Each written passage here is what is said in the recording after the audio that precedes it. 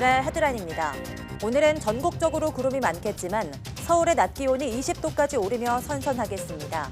금요일인 내일은 동해안과 제주를 시작으로 비가 오겠고 점차 그 밖의 지역으로 확대하겠습니다. 오늘은 국내에서 아프리카 돼지열병이 발생한 지 한 달째 되는 날입니다. 현재는 소강 상태지만 아직 감염 원인과 경로를 제대로 밝혀내지 못해 축산 농가의 불안감은 계속 커지고 있습니다.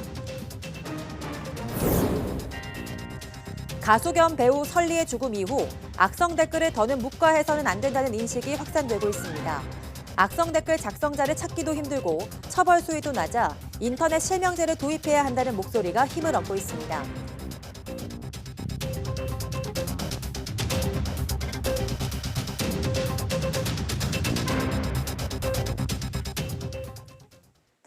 여러분 안녕하십니까? 10월 17일 사이언스 투데이입니다.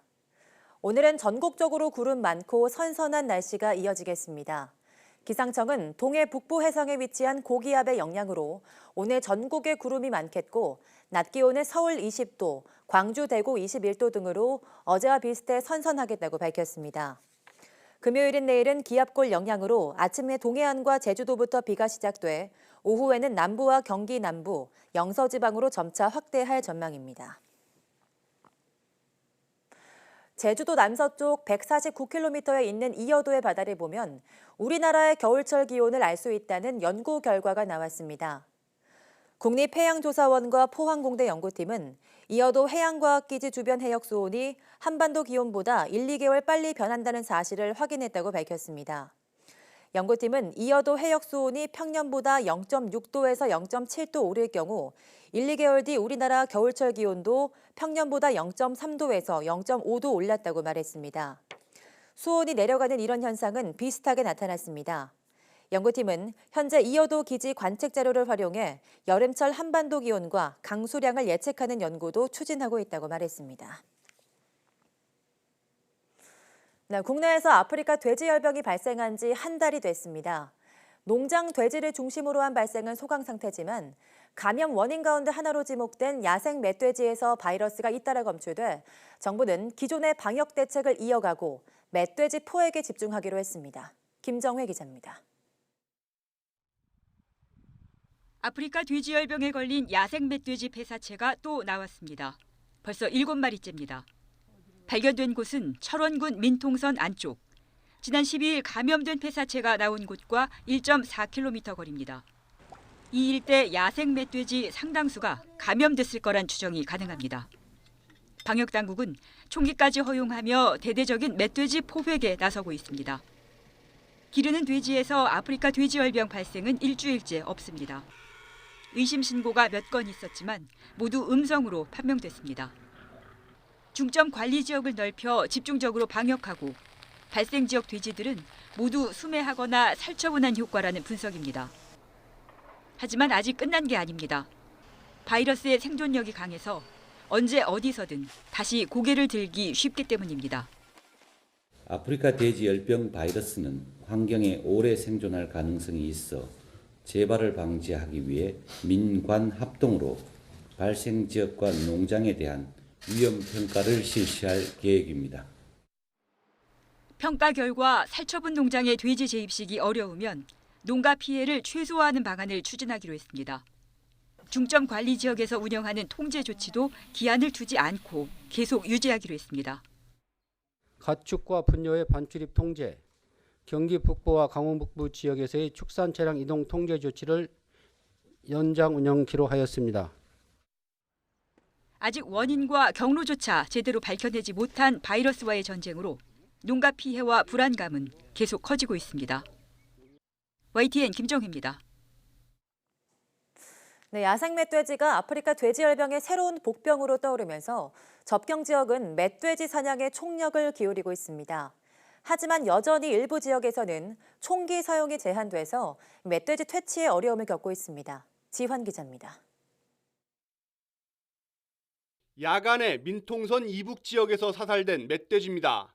사살 즉시 혈액 시료를 채취하고 현장을 소독한 뒤 지정된 장소에 매몰 처리했습니다. 총기 포획 작전 첫날 전국적으로 600여 마리를 잡았습니다. 하지만 야생 멧돼지에서 수차례 바이러스가 검출된 강원도 철원과 화천 등 발생 지역 인근에서는 여전히 총기 사용이 제한되고 있습니다. 사살하라는 명령이 안 떨어져 갖고 부대에서 그래서 일단 현재 확인만 한 거예요. 아마 환경부 쪽에서 군단 쪽으로 가는지 군단에서 어차피 이 군부는 지휘 체계니까 우리도 지시가 없으니까 발생 지역에 일단 울타리를 설치한 후 총기 포획을 시도할 예정. 하지만 그 사이 감염 야생 멧돼지 이동 반경이 더 넓어질 수 있다는 지적이 나옵니다. 철원 접촉 지역 그 ASF 양성 나온 데 있잖아요, 멧돼지. 네네네. 그 지역은 못 하고 있는 거죠. 아, 그 지역은 뭐 왜 못하냐면 철책을 지금 두르고 있거든요, 방어선 치느라고. 네네네. 해당 지역에서는 일단 급한 대로 멧돼지 포획 틀 보급을 확대하고 있습니다. 멧돼지를 잡기 위한 포획 틀입니다. 전방 지역 그리고 민통선 안쪽에 설치를 하게 되는데요.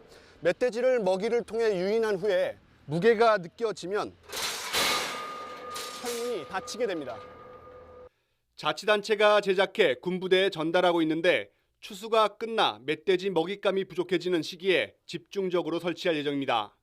그 산속이라든가 그런 부분보다는 그 군부대 주변 지역에 기존에 멧돼지들이 내려오던 지역들이 있습니다. 그러니까 그런 지역에 갖다 놓고 총으로 쏘고 쇠로 된 틀을 깔고 아프리카 돼지열병 발병 한 달, 접경 지역은 멧돼지와 전쟁을 치르고 있습니다. YTN 지환입니다. 아프리카 돼지열병 바이러스 확산 방지를 위해 선제적 살처분에 나선 강화도의 농장주들은 정상화까지 최소 2년이 걸리게 된다며 막막함을 호소하고 있습니다. 강화도는 침체된 경기 회복을 위해 중단했던 축제 등 대형 행사를 곧 재개할 예정입니다. 이기정 기자의 보도입니다. 강화도에는 현재 살아있는 돼지가 한 마리도 없습니다. 아프리카 돼지열병 바이러스가 육지로 확산되지 않도록 3만 8천여 두를 예방적으로 살처분했기 때문입니다.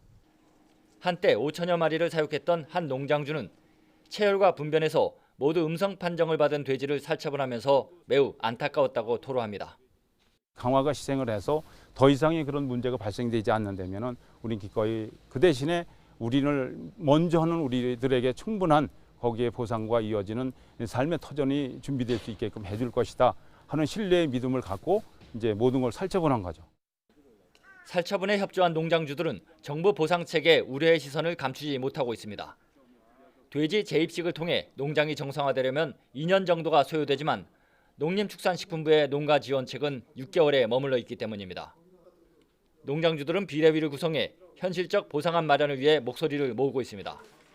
인천시 국감에서도 피해 축산농가 지원 대책이 논의됐습니다. 지금 농림부나 관계부처들하고 논의를 하고 있습니다.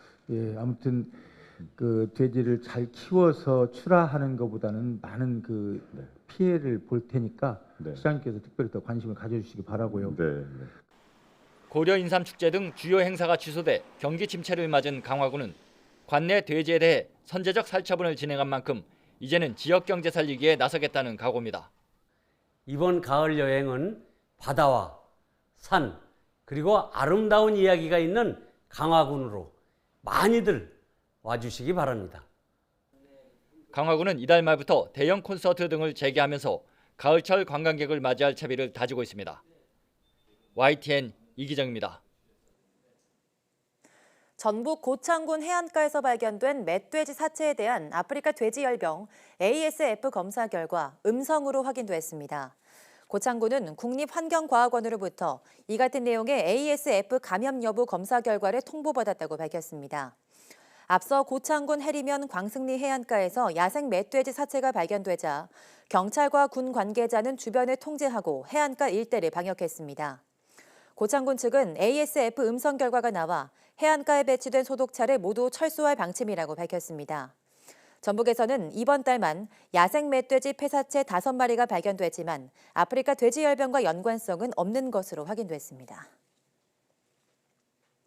네, 가수 겸 배우 설리의 안타까운 죽음으로 악성 댓글을 더 이상 묵과해선 안 된다는 인식이 확산하고 있습니다. 하지만 익명성 때문에 막는 데 한계가 있고 적발해도 처벌 수위가 너무 낮아서 인터넷 실명제 등 대책을 적극 논의해야 한다는 지적이 나오고 있습니다. 김선희 기자입니다. 최진실 씨는 이혼 후 계속 악성 댓글에 시달려왔습니다. 결혼에 대한 루머부터 사채설까지 견디다 못한 최 씨는 우울증으로 극단적인 선택을 했습니다. 가수 윤희도 반복되는 악성 댓글에 시달리다 컴백을 앞두고 유명을 달리했습니다. 샤이니의 종현도 악성 댓글로 인한 괴로움으로 우울증에 시달리다 세상을 떠났습니다. 악성 댓글로 인한 폐해는 계속 반복되고 있습니다. 그렇게 많은 사람들이 한꺼번에 욕을 하면서 이렇게 비판을 하면 당연히 저 같아도 진짜 힘들 것 같아요. 이게 악성 댓글 하시는 분들이 보이지 않는 살인자잖아요. 그러니까 이제 특정 이제 뭐 연예인이다라고 해가지고 그런 식으로 하는 거는 조금은 안 좋은 것 같고요. 모욕죄와 명예훼손죄 등으로 고소가 가능하지만 처벌 수위는 매우 낮은 형편입니다. 모욕죄의 경우 1년 이하 징역, 200만 원 이하 벌금, 명예훼손의 경우 2년 이하 징역, 500만 원 이하 벌금으로 피해자의 고통에 비하면 터무니없이 낮은 수준입니다. 특히 연예인의 경우 팬들을 상대로 하기 때문에 제대로 대응하기 어렵고 끊임없이 올라오는 댓글에 일일이 대처하기 힘든 상황입니다. 따라서 더 이상 익명으로 악성 댓글을 달지 않도록 인터넷 실명제를 도입해야 한다는 의견이 힘을 얻고 있습니다. 실제로 여론조사기관이 설리 사망 이후 조사한 결과 70%가량이 인터넷 실명제를 도입해야 한다고 답했습니다. 인터넷 실명제는 표현의 자유를 침해한다는 이유로 도입이 미뤄져 왔습니다. 자기 의견을 말할 때는 정정당당하게 근거 있게 책임 있는 자세로 말해야 된다는 게 꼭 표현의 자유를 제한하자는 것이 아니라 표현의 자유에 따른 책임을 지자는 것이죠. 인터넷 실명제는 관련 법안이 국회에 계류된 상태지만 2012년 위헌 결정이 내려진 바 있고 반대 여론도 여전히 많아 실제 도입까지는 순탄치 않을 전망입니다. YTN 김선입니다.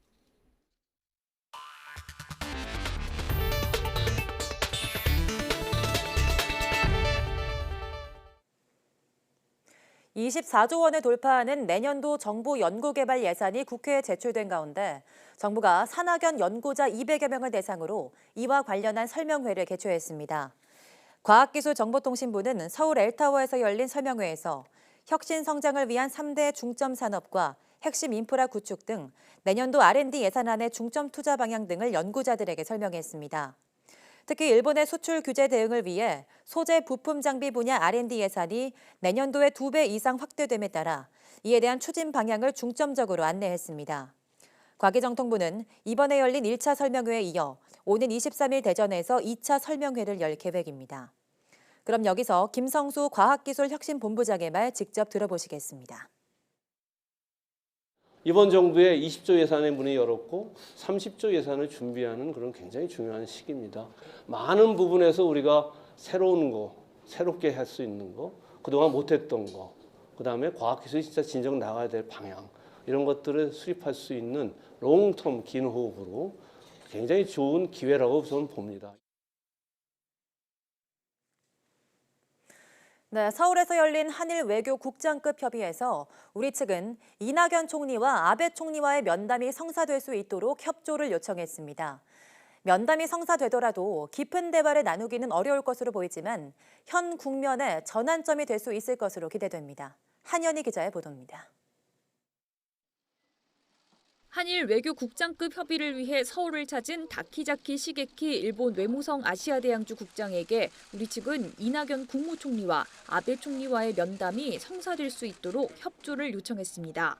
외교부 당국자는 아직 면담이 확정되지는 않았지만 가능성은 충분하다고 생각한다고 밝혔습니다. 나루히토 일정의 즉위식에 180여 개국이 참석하는 만큼 일본 측 일정이 빡빡하지만 면담이 성사될 수 있도록 조율 중이라는 겁니다. 다만 면담이 이루어지더라도 일정상 긴 대화를 나누긴 어려워 많은 것을 논의하긴 쉽지 않을 것이라고 설명했습니다. 이 총리 방일 일정 협조 요청 외에 우리 측은 일본의 수출 규제 조치 철회를 요청하면서 해결을 위한 노력의 일환으로 수출 당국 간 대화 강화의 필요성을 제기했습니다. 또 후쿠시마 원전 처리 오염수 문제에 대한 우려를 상기하면서 일본 측에 투명한 정보 공유와 신중한 판단을 당부했습니다. 한일 관계 개선을 위한 돌파구를 만들어야 되는 시점에서 실무선의 충분한 토의는 고위급 회담에 다양한 선택지를 줄 수 있는 긍정적인 효과는 있다고 봅니다. 고위급 접촉이 이뤄지더라도 해묵은 갈등이 한순간에 풀리진 않겠지만 갈등 해소의 전환점이 될 수 있다는 점에서 이 총리와 아베 총리의 만남 여부가 주목됩니다. YTN 한현입니다. 네, 경제 활성화를 위해 관광산업 육성에 총력전을 펴고 있는 아베 정권에 이중 악재가 이어지고 있습니다. 일본을 찾는 한국인 관광객이 지난달의 경우 1년 전에 비해 무려 60%쯤 급감했는데 엎친 데 덮친 격으로 태풍이 주요 관광지를 강타하는 악재까지 발생했습니다. 보도에 김상우 기자입니다. 日本経済への影響でありますが、精査する必要はあると思ってますが、ざっと見る限りですね、与える影響は少ないんではないかというふうに思っていますけれど。 일본 관련 안 가요 안 사요 운동이 전개된 지 100일이 넘은 현재 여행망을 놓고 보더라도 일본 당국의 이런 전망은 틀린 것으로 나타나고 있습니다. 일본 당국의 통계를 보면 지난달 일본을 방문한 한국인의 수는 지난해 9월과 비교해 볼 때 60%쯤 줄어든 약 20만 명입니다. 이 같은 감소폭은 지난 8월의 48%보다 크게 늘어난 것입니다. 2011년 동일본 대지진 때와 비슷한 수준입니다. 전체 관광객에서 한국인 비중이 큰 후쿠오카나 벳부 등 열도 남쪽 지역 경제는 관광객 감소로 상대적으로 피해가 더 큽니다. 부산과 일본을 오가는 선박 이용자만 보더라도 지난달의 경우 약 2만 명으로 1년 전에 비해 무려 80%쯤 줄었습니다. 여기에 엎친 데 덮친 격으로 최근 초강력 태풍이 열도 주요 관광지를 덮치는 악재까지 발생해서 아베 정권의 외국인 관광객 유치 목표 달성에 차질이 발생할 가능성이 커졌습니다. 호쿠리쿠 신간센 고속열차의 3분의 1이 침수되는 초유의 사태를 맞았고 니꼬와 하코네 등 도쿄 인근 유명 온천 마을이 폭우 피해를 크게 입었습니다. 특히 하코네 등산철도는 연내 모든 노선의 복구가 어려운 상황입니다. 이와 함께 태풍 피해 지역을 중심으로 주말에 또 큰 비가 예상돼서 2차 피해가 우려되는 등 관광 산업의 이중 악재가 이어지고 있습니다. YTN 김상호입니다. 앞으로 고농도 초미세먼지가 발생하면 관심, 주의, 경계 심각 4단계 위기 경보가 내려지고 심각 단계에서는 민간 차량 강제 이부제와 임시 공유회 지정 등이 추진됩니다. 환경부는 이 같은 내용의 미세먼지 재난 위기관리 표준 매뉴얼을 제정하고 다음 달 2차례 전국 모의 훈련을 실시하기로 했습니다. 고농도 초미세먼지가 발생하면 환경부 장관은 농도 수준과 고농도 지속일수를 고려해 4단계 위기 경보를 시도별로 발령합니다. 관심 때는 공공부문 차량 이부제, 건설 공사장 공사 시간 조정, 도로 청소차 운행 확대 등이 시행됩니다. 주의 때는 필수 차량을 제외한 공공부문 차량 전면 운행 제한, 공공사업장 연료 사용량 감축 등의 조치가 취해지고 어린이집 등에서 보건용 마스크를 지급하는 등 건강보호 조치가 이뤄집니다. 경계 때는 민간 차량 자율 이부제, 대중교통 증차나 운행시간 연장 등 교통대책 수립이 병행됩니다. 심각 단계에 이르면 민간 차량 강제 이부제, 각급 학교와 어린이집 휴업 명령, 재난사태 선포와 임시 공휴일 지정 검토 등 더욱 강력한 조처가 이뤄집니다. 네, 여성 호르몬 에스트로겐이 인지 기능을 개선하는 효과가 있는 것으로 확인됐습니다. 북미 폐경학회 연구팀은 폐경 여성 2천여 명을 12년에 걸쳐 조사한 결과 에스트로겐 노출 시간이 긴 여성일수록 인지 기능이 양호했다고 발표했습니다. 연구팀은 폐경 후 에스트로겐 대처요법을 오래 받은 여성일수록 인지기능 검사 결과가 양호했고 이 치료를 일찍 시작했을 경우도 인지기능 점수가 높았다고 말했습니다. 특히 40살 이전에 조기 폐경이 오거나 45살 이전에 이른 폐경이 된 여성은 에스트로겐 대처요법을 사용하지 않았을 경우 인지기능이 낮게 나타났습니다. 연구팀은 폐경 후 에스트로겐 투여가 갱년기 장애를 차단한다는 장점과 유방암 위험을 높인다는 단점을 동시에 갖고 있긴 하지만 이번 실험은 에스트로겐이 인지 기능에 이로운 영향을 준다는 확실한 증거라고 설명했습니다.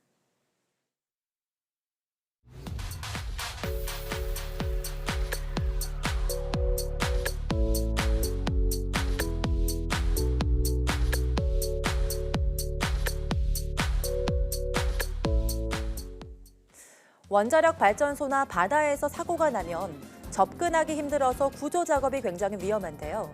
이런 곳에서 인명을 수색하고 구조하는 일, 또 현장을 복구하는 일에 로봇이 투입된다면 훨씬 더 안전하고 효과적이겠죠. 오늘 오후 사이언스 투데이 주민피플 시간에는 이런 로봇을 연구하는 한국원자력연구원 로봇응용연구실 박종원 박사와 이야기해보겠습니다. 모두 많은 시청 바랍니다. 함께해 주신 여러분 고맙습니다.